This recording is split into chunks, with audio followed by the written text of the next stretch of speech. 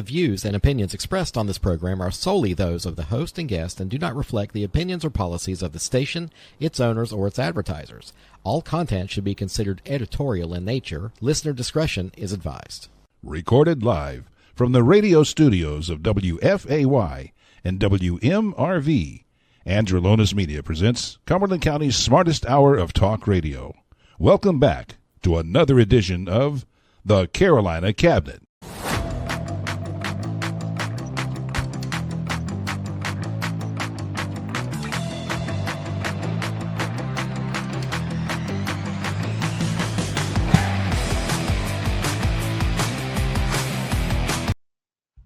I got to do a hard stop, but everybody, good morning and welcome to this edition of the Carolina Cabinet. I'm Peter Pappas. I'll be your host this morning. I'm here with Bishop Antoine Miner. Good morning, sir. As he travels around the area of what, Judson Vander out there you live? Yeah, you live way out there in the sticks, don't you? Right now I'm in Fayetteville, but okay. Well, you know, we're doing a little different this morning. We're doing a StreamYard, so we're kind of in our own areas here. But well, look, I'm glad you joined me this morning. We got a lot to talk about in the news. Where do you want to start? I think we got Zelensky got a SmackDown over the last weekend. We got Pete Hegseth in the news. So let's talk about the Zelensky SmackDown. How you feel about that? I love it. This is exactly what we voted for. This is what we voted for. I don't feel sad. I don't feel like I feel Zelensky walked in the Oval Office like a wannabe or like a welfare recipient, begging and then trying to pump his chest. And Donald Trump told him what mess around and find out. Let me tell you something. If F around and find out was a country, Ukraine is it. I'm telling you, they messed around and found out. That's what happened. He told, what did he tell Trump? Like, if you don't get help, he's going to hold out. And Trump's like, yeah, you're going to hold out maybe a day without the U.S. support. Then he made the little threatening, and I think that's what triggered Trump. Was he made the threat about, oh, you guys have oceans, so you don't know, but soon you'll see. Trump was like, don't tell us, but we gonna see. Mm-hmm. Don't tell us, we ain't gonna see nothing. I was like, man. Yeah, I mean, it was a little bit, you know, for somebody that's coming with hat in hand. Number one, I said this on another video over the last weekend, but how dare he show up to my Oval Office of my people, and he shows up in a jogging suit like some kind of gangster. Yeah, you know, exactly. So you're going to disrespect our office, then you're going to disrespect my commander in chief, and what, we're supposed to just keep you on the gravy train like you had Biden in this pocket? But that's the unfortunately that's the welfare mindset.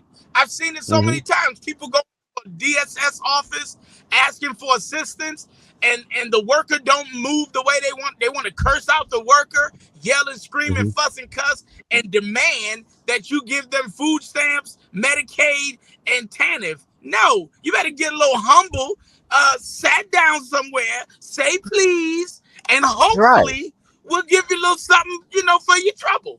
But I mean, you got really arrogant to walk into the Oval Office of the United States, the most powerful nation in the world, sit down with Donald Trump and start beating your chest, and then you sit there and go, oh, but Mr. President, you invite me to speak. Are you going to let me speak? Trump told him, no, you done too much talking. That's when he put him in little boy place.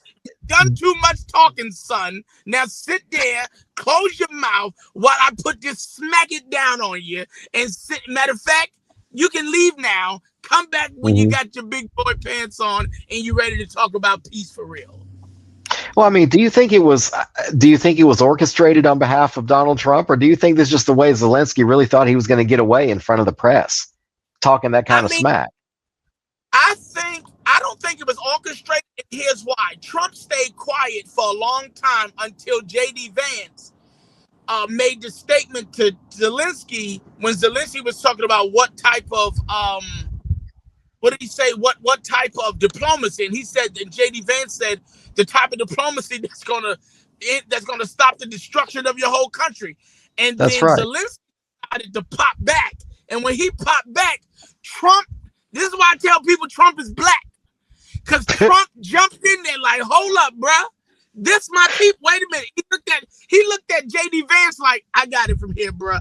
Chill. Yep. I got it. Yep. He jumped in, put the smack on Zelensky, and then told Zelensky, I agree with everything JD Vance just said.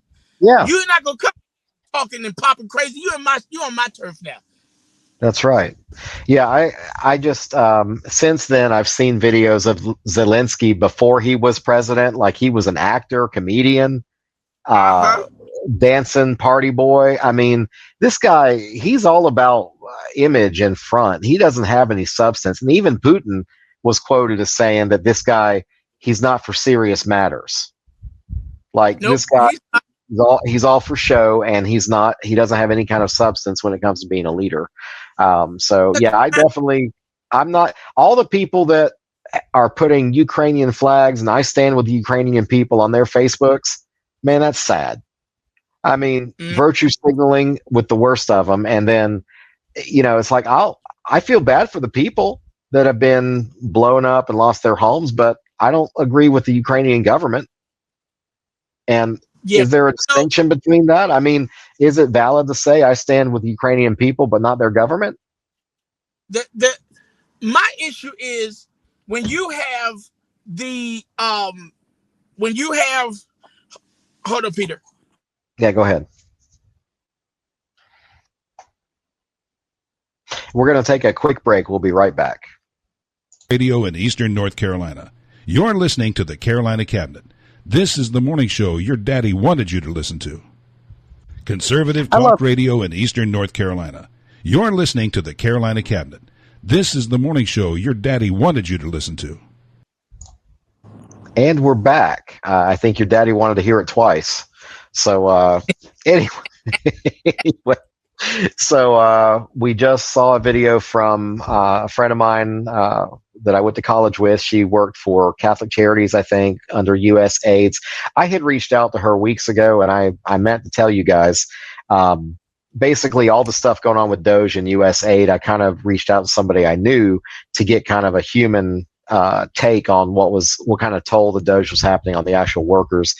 She spent a lot of time in Africa. And so it was pretty insightful to hear what she had to say. But at any rate, let's get back to some national politics here. So we got Zelensky got the SmackDown. Next, let's go to Pete Hegseth, our new defense secretary. He's in the news for a couple of things this week. Which one you want to go for first? Let's talk about the trans removal. But before we do that, I just want to say on the USAID thing, I am a former employee of USAID, and Doge caused me to lose my job. I used to be in the department that researched if the wheels on the bus really went round and round, and I guess now we just will never ever know if the wheels on the bus go round and round, or how many licks does it take to get to the center of a Tootsie Roll Pop. I just figured know that this is real problem. People are really losing real jobs. Yes, they are. Well, and so I wanted to speak with her because she had been, like, she did Peace Corps twice, and that's in the interview. Like, she Peace Corps at 20, and then I think again at 30 years old. This is somebody with a heart to help those that are underprivileged. But at any rate, I just wanted to get kind of that inside take. But I don't disagree with what Doge is doing and exposing the waste and the abuse of our federal government. And you can't tell me that there's not embezzlement and things going on in that department. When 40% of their employees are attorneys and accountants, what are they trying to hide? Exactly. And even Trump said the idea, the concept of USAID is amazing. The problem is that in many areas they've gotten off track, and there is fraud, waste, and abuse, and it needs to be identified. Now, there are amazing people doing amazing things, and there's amazing work that comes out of that agency, but that work can come out of other. I mean, you can reassign that work to in the State Department. That $100 million package of rice can probably be done for the 10 million and save the 90 billion that's being 90 million that's been embezzled to some politician's family. And that's what the problem with USAID is. It's grown so much. You don't know. Some NGO gets a contract. It's like I said, $100 million. It might cost 10 or 15 to actually do the work, and the other 85 is administrative. Yep. That's got to stop. That Yep. has to stop. And I hope that we find a way to kind of reactivate USAID in some shape or fashion, because I do think diplomatically and all, it's very important to let people know that this country will help you in your darkest days. Mm-hmm. But we're not going to be we don't want to be your daddy. And one thing that Jenny did discuss was what she called localization, that there were efforts within her area of trying to get locally sourced to replace USAID. But what she wasn't clear on, and what takes more study, was to find out, well, does that mean not USAID, but does that mean the U.S. is still funding, even though it's locally sourced? Are we still going to send money over there to help them with administrative? Anyway, so it's a very nuanced conversation. I was lucky enough to have somebody on my Facebook I went to college with. I said, hey, let's talk. So if nothing else, it was good catching up with a college friend I hadn't talked to in 28 years. So we'll just leave it there. So Pete Hegseth, he don't want no trans in the military. And that neither does 95% of the military. As someone who served in that uniform and retired that veteran, listen, the question has always been, and I said this earlier, when you have someone, when you're a male or female, and we shower with these individuals, we are in close quarters with them. When you go to basic training, you are in a shower. It's not a separate shower. It's an open shower. You are literally thigh to cheek to the person next to you that you are showering with, unless you so happen to be in a new barracks where maybe you got a little space. But you always wonder, is this person that I'm showering with, do they have my back, or are they looking at my back? Because it gets crazy. And 95% of soldiers really do not agree with trans individuals being in the military. But they don't say much, because then you have to deal a lot of time with the retribution that comes from the chain of command, especially if you got a woke chain of command. But for the line soldiers, for the warriors that are actually doing the work on a day-to-day basis, not the commanders that are sitting in the office dishing out orders all day, but for those boots on the ground warriors, sailors, Marines, airmen, Coast Guardsmen, now astronautical Space Force representatives, whatever you want to call them. I don't know what they're called yet. But for all, we don't like it. We agree with Pete Hegseth. Get them out of there. Bye-bye. Go to the Cherry Force over there. They can create a whole nother branch of service. The Cherries in the Flower Force. And y'all go serve over there and do the parade and do all of that other stuff. But everything else, we need to fade it with. And I think he need to change a lot of stuff. When I look at soldiers walking around with their hair all the way down their back, I mean, the standard, the military standard, military customs and courtesies under Biden and Harris was dismantled and absolutely destroyed. It is, when you ask soldiers who served, like really, really served, they'll tell you it's disgraceful what the military has become. And we're that with Pete Hegseth as the Secretary of Defense and Donald Trump as the Commander-in-Chief, we are believing strongly that military customs and courtesies, military bearing will get back where it needs to be. And Pete Hegseth, if you are listening, I'm going to need you to go back to AR 670-1 and get the wear and appearance of the military uniform, get that back under control, because this is a hot, funky. Well, well, for the non-military on the show right now, what does ARC 1670 mean? AR 670-1 is the Army Regulation 670-1. It is the regulation that governs the wear and appearance of the military uniform. Everything from how you wear your hair to tattoo. I mean, everything. It is when you see a soldier walking down the street, that soldier should be walking in accordance with Army Regulation 670-1. I'm sure the Navy got theirs, the Air Force got theirs, but I was Army, so I'm going by AR 670-1. And when I see soldiers walking around with full beards and got it all lined up and looking cute, and females with the weave and the edges and the lip gloss popping, no, they have let the military. The standard has been lost. Soldiers have lost their military bearing.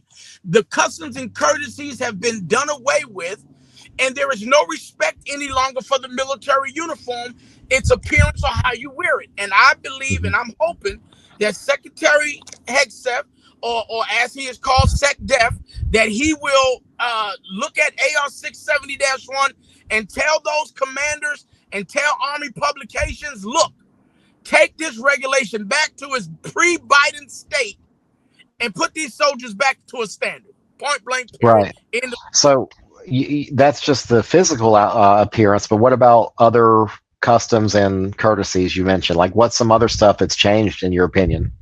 This whole don't ask, don't tell thing, when they relaxed that, here's the thing. We've always known that there were lesbians and gays, homosexuals in the military. We know that. We know who the guy is that goes to bed with toothpaste on his face so he can exfoliate. We know him. Okay. We know him come out. Is that one of your former tricks? Is that what you're telling me? Yeah, I'm just saying. Hey, I had to do what I had to do. But I'm just saying, we know who they are, but there was a respect for the uniform that said, if we don't ask you, don't tell us. We don't care about what you do in your personal life. We just want to know what you do in soldier life, because when I get downrange and them bullets start flying, I need to know that you got my six. I need to know that you got me covered, and this ain't no, whatever.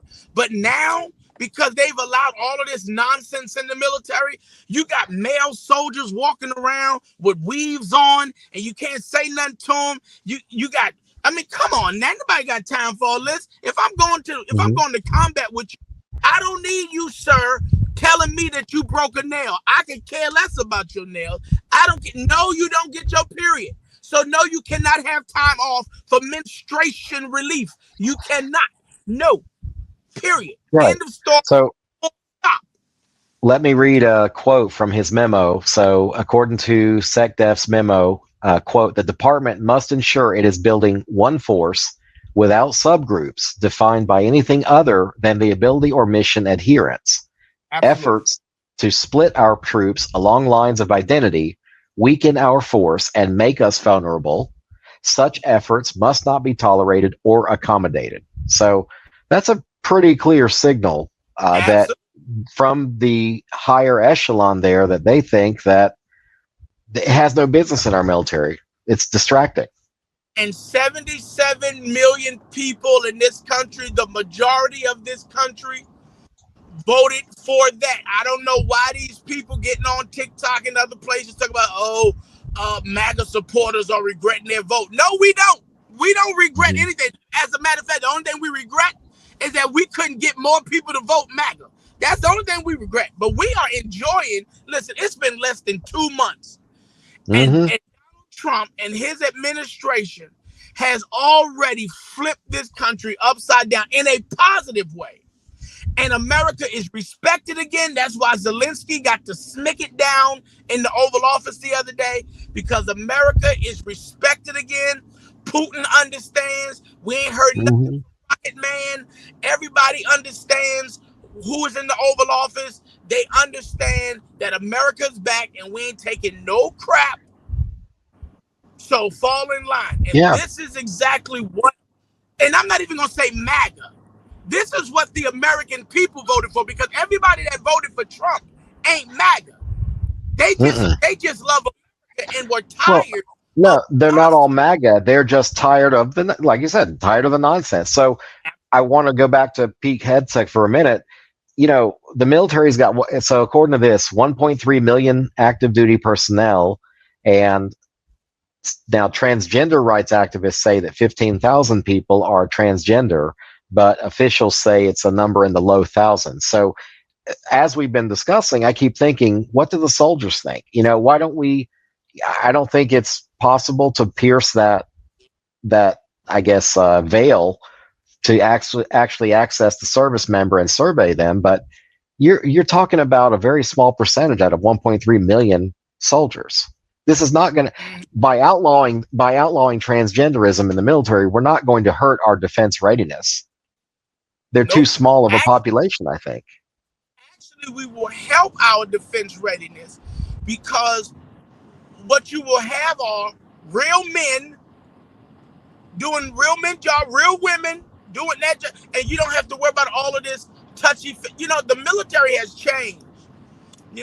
Now you got these stress cards. Oh, if a soldier is stressed, they hold up this stress card, and you can't yell at them, you can't fuss them out, you can't check them or anything like that. The military we need to get back to where the military was, so that, and then we'll be at not just full strength numbers wise, but full strength mentally, physically, socially. We need to get the military back to full strength across the board, because the way the military has been, it has been an absolute disaster. And that is one of the reasons why, to all the people who are upset that Trump fired Air Force General C.Q. Brown from being the chairman of the Joint Chiefs, that's why he was relieved.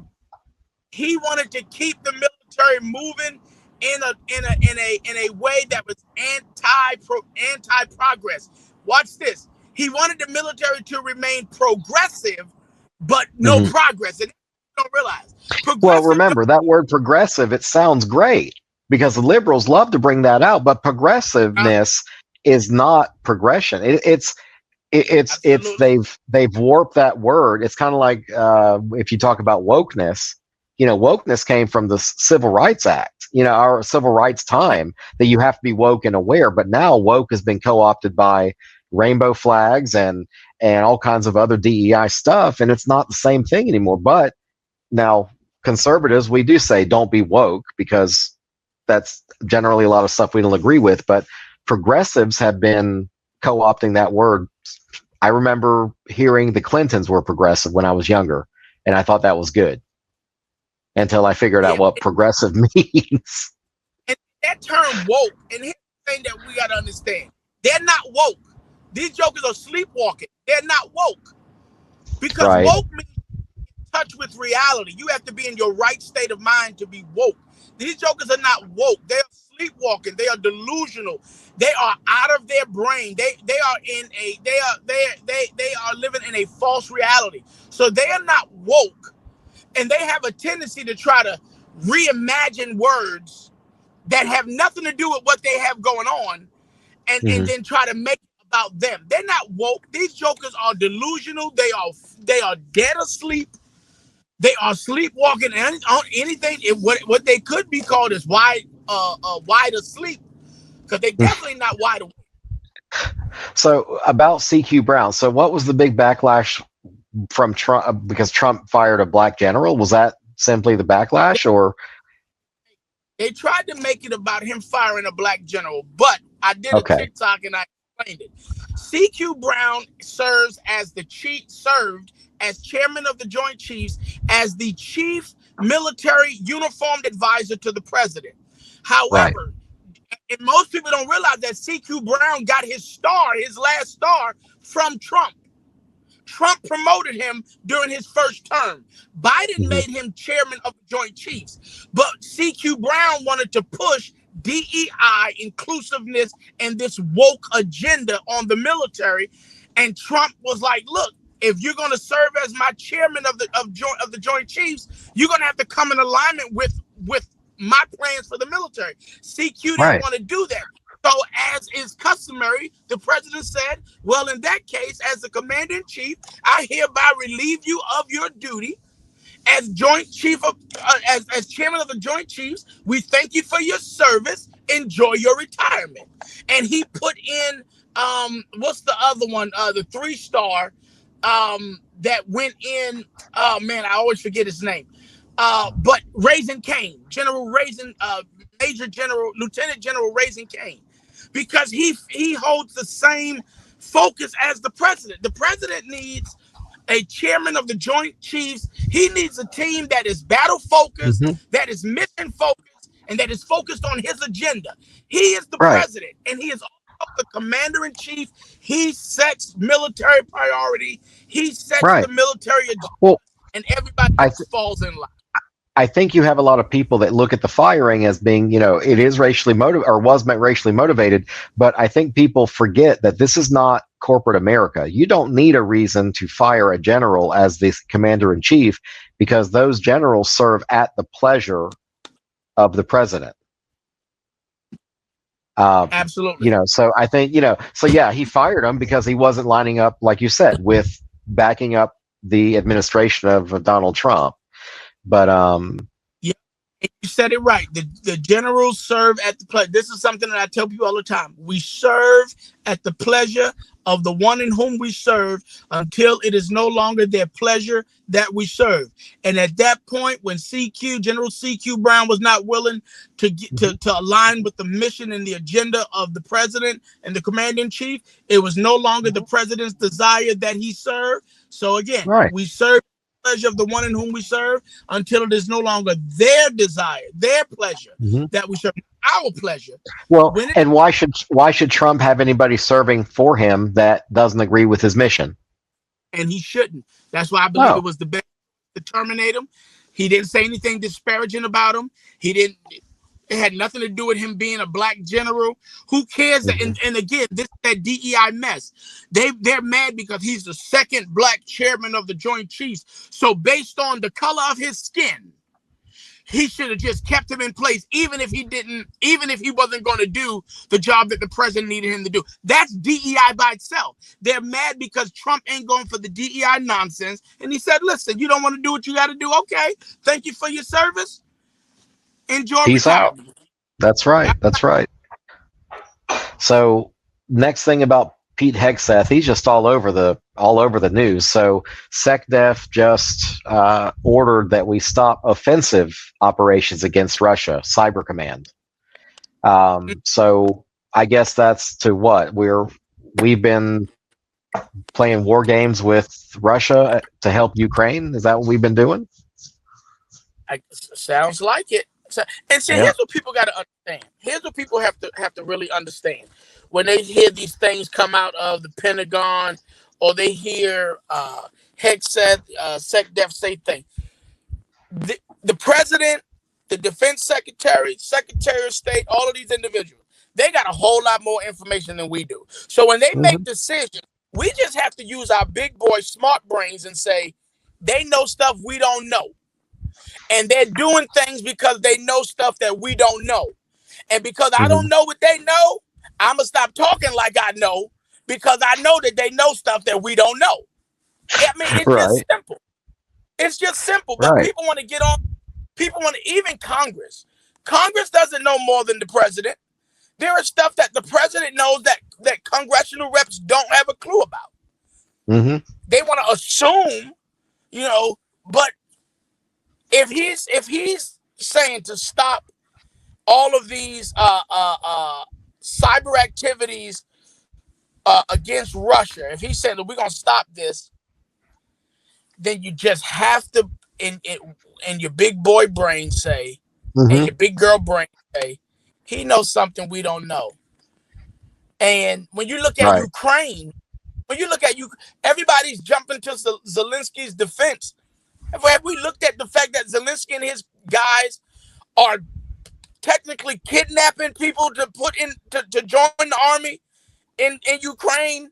Like, are we looking at the fact that Zelensky was supposed to be out of office in, I believe, May, and suspended elections under martial law so that he can stay in power indefinitely? The longer this war goes on, the longer Zelensky stays in power.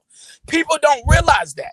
Like, it's not rocket science. He doesn't want the war to end, because the minute it ends, elections have to take place. He gets booted out. He has no more power. He goes back to being a comedian, a TV show host, or whatever. And that's it for him. Got it. Well, Bishop, I think I lost you there for a moment. Oh, there you are. So by the time this hits the radio, we will have had our GOP convention back on March 8th. So we will have a new board, although we're recording ahead of that. I just got a text actually from a friend that said, what kind of GOP drama-filled rabbit hole did I fall into? Thank goodness I'm only watching and not involved. It makes my head and heart hurt. So apparently a friend of mine was watching some YouTube videos that I assembled with a team from the Republican Resource Center. And there's an hour-long video from someone else, but she hasn't told me which one. But hopefully all of us Republicans are going to get along after March 8th. I'm looking forward to it. So looks like we've lost Bishop, but again, this is Peter Pappas with the Carolina Cabinet. It's nice seeing everybody this morning, and wish you a enjoyable, pleasant weekend. Thanks. Okay, we are recording. Okay, well, good morning, everybody. Welcome back to the Carolina Cabinet. I'm here with my guest, Jenny Haddle. We're going to just refer to her as a former aid worker, but a little bit of background. Jenny and I went to the same junior college, Oxford College of Georgia, or of Emory, I guess. Mm-hmm. So we've known each other for 26, 27 years. Yeah, about. We first were trying to grow up and be kids down there. Okay, so of course I lost track. I came home and decided to open restaurants and all that other stuff. But Jenny is one of my friends on Facebook, and when I saw all the hoopla with USAID and all the stuff about Doge, and we've spoken about Doge quite a bit here on the cabinet, I wanted to put a face to the name. I wanted to humanize what we're discussing, because us hard right Republicans are all happy about essentially what it comes down to, stealing food out of kids' mouths in Africa. So what I wanted to do was bring a friendly face and talk about how this actually looks where the rubber meets the road. So Jenny, tell us about yourself. As far as the last I knew was Oxford, so you take it from there. So yeah. So we can probably fast forward a few years, but I got into the aid world after graduate school. I joined Peace Corps and went to Zambia in 2011. I did 2 years of Peace Corps, and I then transitioned to an internship with a non-governmental organization called Catholic Relief Services. I worked with Catholic Relief Services for about 8 years in Zambia, in Malawi, and Indonesia. I worked on food security projects. I also worked on emergency and humanitarian projects in Indonesia. And then around COVID times, I joined Save the Children and transferred back to the United States and started working more as a global support, kind of like technical support for the programs that I used to be working for on the ground. And so that's kind of how I ended up in that world. Okay. So you never really worked directly for USAID, though? No, I didn't work for USAID. I implemented projects that were funded by USAID. So how it works is USAID will create it's a request for applications, and they put that out. And it's a description of what they would like to see in a project. And then what's called implementing partners, or people like Catholic Relief Services or Save the Children, can write applications and apply to those projects. And so I worked for those kind of projects. They have really funded all of the work that I've done up until now. Okay. Well, and I want to point out that, your background, you joined the Peace Corps. I think a lot of people should appreciate that more than just stating it very quickly. What did that look like? How old were you when you joined the Peace Corps? I actually did Peace Corps twice. I was in, the first time was 2001, and I was just out of University of Georgia. So how old? I was 20. I turned 21 or 22. Okay. Yes, actually. And then my second in Zambia in 2011, I was like 30 years old. So it was so young and idealistic. And then 30 years old was old enough to know better, but you still went back. Because I still went back because I didn't complete my first service. I was too young and idealistic. I wasn't ready for the responsibility, actually. So I left it was right around the time that September 11th happened while I was there in Morocco. Okay. And I was in an Arab country. And so it was definitely a strained situation. So I got to see September 11th from the side of being in an Arab country. But I ended up leaving, and then I came back and did graduate school, and then went to Zambia for my second Peace Corps. And it was amazing. I lived in a village. I carried my water I had to go gather water and bring it to my house every day to bath and to drink, filter and drink. I cooked on a fire, and I lived in a mud hut. That's what I did. I mean, look, if you wanted to go camping, we have plenty of campgrounds here in the States. I mean, did you really need to travel around the world? You don't get the community aspect. So I also got to sit there and visit with all of these, I learned another language, and I was able to something that people don't understand is that you actually, when you're there, you're also sharing about America. People are getting the face of America when you're sitting there, and you're talking to them about what it is to be an American and what it is to live in America. So with Peace Corps, and it was Zambia you were in? Mm-hmm. Okay, so with Peace Corps then, what was kind of your mission? What were you there for? I was put there to work with a forestry extension agent, but I don't even think he existed. I never met him. So what I did end up doing was meeting the agriculture extension agent and doing agriculture projects. So we did some mushroom growing projects. We worked, built some chicken houses. We did some different, taught some different farming extension techniques. So just different sort of agriculture. Would you go to different villages and stuff and do that? Or was it just kind of you had your area? Just mostly in my village, but there were lots of small little villages around. So in the area. Yeah. So also we did vaccines. Yeah. Health and vaccines. Oh, vaccines. Okay. Stuff too. Yeah. I did all that kind of stuff. Is it still so the history of the African continent is not the most beautiful of history. I mean, it was colonialized. People were stolen from there, sold into slavery, colonialized. The British just went hog wild over there. And then when the governments kicked them out or forced out the British, they left behind governments in shambles. You mentioned earlier tribal. So when you went to these villages, were you having to sit down with the tribal elders and say, get permission to do this? I mean, what did that look 100%. There are still tribal elders. So I had to bike 10 kilometers to go visit the chief of the area and introduce myself to that chief and get his blessing for me to do my work there. So the tribes still exist. And there's still the tribal system, but then there's also the government system that was left by the colonial period as well. And so these things have to kind of work together. And there's a lot of corruption in these countries as well. So, and a lot of family, taking care of your family, so that community aspect and that family aspect is a really important cultural aspect, which becomes part of the government. So here, it's not really okay to just take care of your family. You don't give your family jobs because they're your family. They have to have some merit to get a job, right? But there it doesn't quite work that way, because the family unit is so important. So this introduces a lot of corruption into the system. So even if Cousin Eddie's useless, Cousin Eddie still gets a job. Yes. Yes. Hey, we all have Cousin Eddie someplace, Jenny. Come on. The older I get, the more I'm like, they're my people. Yeah, holy crap. So, okay. So the history sucks. We left them behind with a government in shambles, I guess.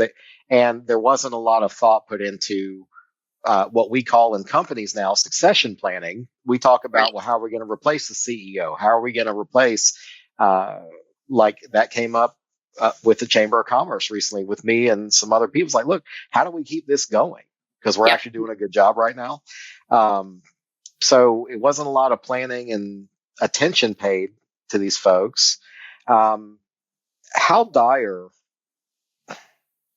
Look, when there's a country that depends on USAID stamped bags of rice, we know things are not going great. But how dire is the situation for us even to lose a month of supplying them food? I mean, how close are these people to I think it seriously having depends on problems? where you're working. It depends on where you're working. So, for instance, in Malawi, in certain parts of Malawi, there are there's seasons, right? So there's a lean season and sort of a season when harvest happens. And these people are subsistence farmers, so they don't have jobs. They farm. What are they growing? Maize, corn, maybe some cash crops like soybean or sunflower, things like that. So then they can sell and barter some of that? Yeah, exactly. Mostly maize for food, and then they might have some small gardens or whatever on the side. Okay. So good season, lean season, or harvest season, I guess. Okay. Yeah, and so in this area, we provided lean season support for mothers, pregnant women, and children under 5. So mothers of children under 5. So for this particular group, because there's a lot of stunting there, children just aren't getting fed well enough. They're kind of the low man on the totem pole, and they don't get fed as well as they should. And so that was more like supplemental and seasonal during that period of time. But then there's other areas in the world, like let's say Somalia or South Sudan, that have much more vulnerable populations. Like in South Sudan, there's so much conflict.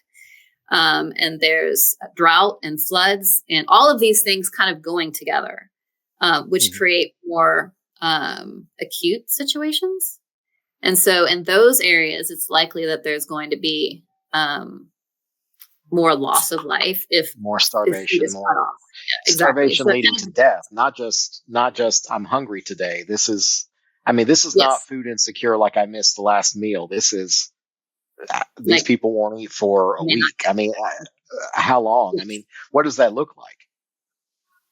Yeah, I don't really know. I'm not really sure exactly how acute the situation is in those particular areas. I think in some communities, it may be that you go a week without food, or in some communities, it might just be, a couple of days. I really don't know. I would say where I worked in Malawi, for the most part, people would at least get 1 meal a day. And so what we were trying to do was create a situation where they were getting at least 2 or 3 meals a day and maybe some more protein into their diet. Right. So, but in other areas where there's war, it's hard to say how. Everything else being equal, if there's less conflict and less, that puts them not to be so vulnerable. And then they will have, like in Malawi, you said they would get maybe 1 meal a day and you guys were just supplementing.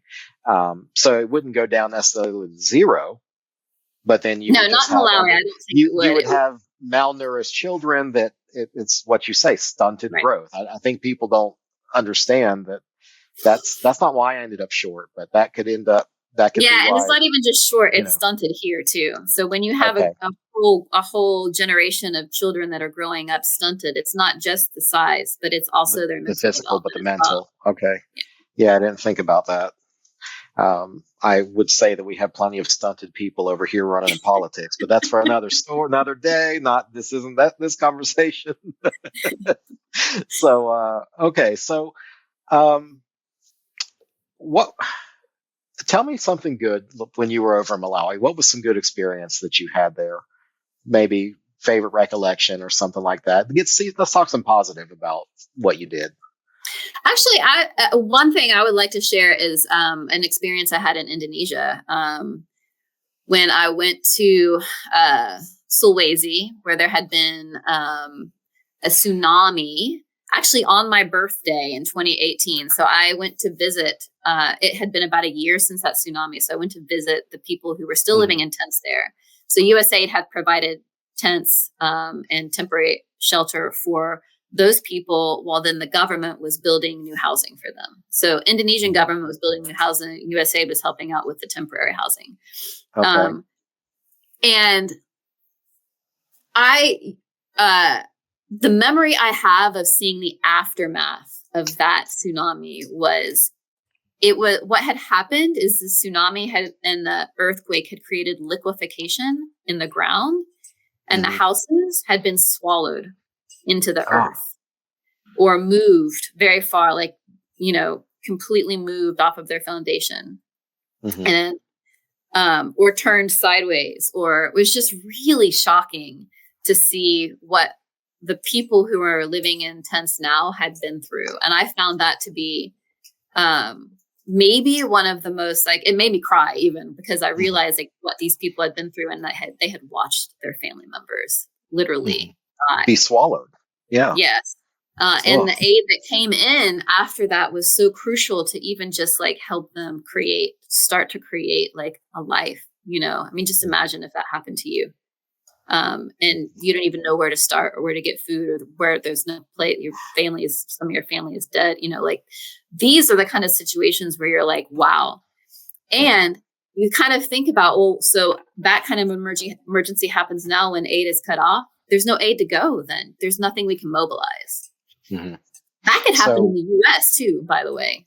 It did happen in the U.S. with Hurricane Helene in the West North Carolina mountains. We're still, I think the government estimated 10 years before we get all the roads back and everything. I mean, and we consider ourselves the best in the world at this stuff. Yeah. Now, with the tsunami, how many days had elapsed before you got there? Like, how you got deployed over there, and how long it transpired? So 2019 is when I went to visit the site. So it had been a year. Okay. It had been a year. And you still saw that much destruction. Right, because they didn't fix the house. You couldn't just fix the houses. You just had to build. Right. They were building them new houses in a completely different site.